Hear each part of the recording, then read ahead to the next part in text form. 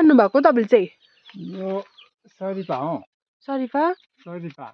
म त नचिने खै देखाउनु त हेरौँ न हामी नि सरिफा यो यो पाकेको हो यो पाकेको होइन यो गोबर अस्ति हामी माथि त्यो चर जाँदाखेरि यहाँ बाँदर आउँछ कि हामीले गोबर पनि हालिदिएको नि गोबर हाल्यो भने चाहिँ कालो छुँदैन नि खाइहाल्छ नभए त बाँदरले घरकै छेउमा आएर खाइहाल्छ अब यो पाक्नुलाई तयारी भएको यो पाक्नुलाई रेडी हुँदैछ यो अस्ति गोबर लगाएको यो गोबरै गोबर भएछ गोबरै गोबर भएछ लगाइन्दै यो के जस्तो लाग्यो यो यसो हेर्दा त गिटार गिटार जस्तो नि छ सेम है गिटार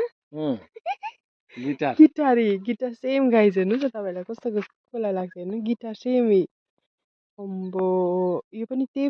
फ्रुट हो त्यो सरिफा भन्ने नै हो सेम गिटारी यो अब यो अस्ति अरू फुलिसक्यो कोही फुल्यो अब यो फुल्नुलाई फटाफटै हुन्छ यो सबै चिजलाई कोपिला फुलको कोपिला यो कफी कफी यो पुरानो कफी झरिसक्यो यो सबै सक्यो पुरानो कफी अस्ति टिपिसक्यो अब बिक्री गर्नुलाई राखी छोडेको छु बिक्री गर्नु कसरी बिक्री हुन्छ यसपालि दाम कति हुन्छ पनि र बिक्री गर्नलाई दाना सबै टिपेर सुकाएर रेडी गरिराखेको छु यो चाहिँ फुलेको है अब यो फुलेको अब फेरि आगुमलाई अहिलेदेखि नै कोपिला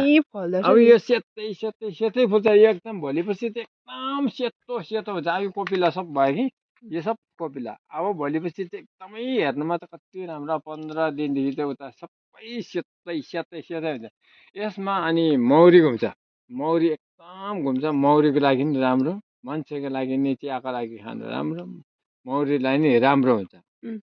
अनि यो अब मौरीले यसको रस खाएपछि मौरीको मह बन्छ फेरि एकदम ओरिजिनल हुन्छ कफीको रस मौरीले पनि लान्छ अन्त दामी हुन्छ मौरीको मह पनि लटर पटर हुँदैन मौरीको मह दामी